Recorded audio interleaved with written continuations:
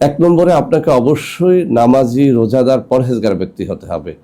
হালাল রুজি অন্বেষণকারী হতে হবে।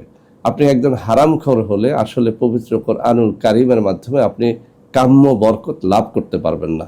অনেকে প্রশ্ন করে থাকেন যে স্যার আমি তো মুসলিমই না, তাহলে কিভাবে আমি নামাজ রোজা করব? আপনি যে ধর্মের অনুসারী হন না কেন, ওই ধর্মের অন্তত আচারগুলো আপনি মেনে চলবেন। অর্থাৎ আপনি তো একজন আল্লাহ বা একজন সৃষ্টিকর্তাকে বিশ্বাস করেন, সেই বিশ্বাসের ভিত্তিতে আপনার ধর্মের আমলগুলো আপনি করবেন। অর্থাৎ একটা ভালো পবিত্র জীবনযাপন করে যেন এই আমলটি আপনি করেন, ইনশাআল্লাহ এর দ্বারা আপনি লাভবান হতে পারবেন।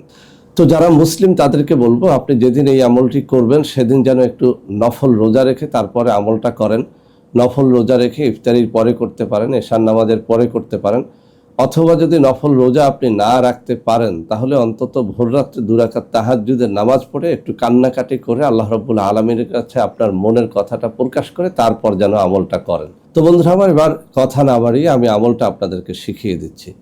পবিত্র কোরআনুল কারীমের সূরা রোমের 21 নম্বর আয়াত, এই আয়াতখানা 707 বার আপনাকে তেলাওয়াত করতে হবে।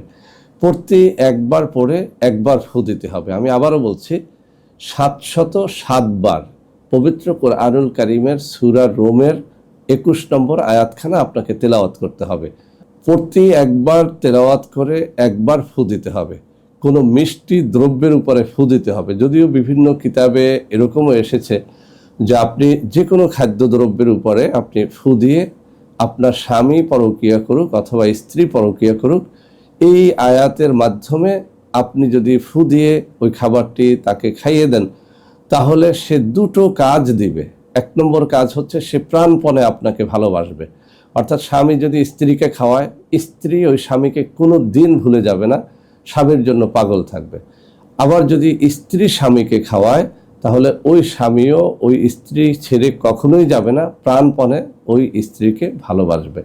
তো যে যার জন্যই করেন না কেন সুন্দরভাবে কাজটা করবেন, রোজা রেখে কাজটা করবেন, ভোররাত্রে তাহাজ্জুদ পড়ে কান্নাকাটি করে আপনার দিলের কষ্টের কথা আল্লাহ রাব্বুল আলামিনের কাছে প্রকাশ করে তারপরে কাজটা করবেন।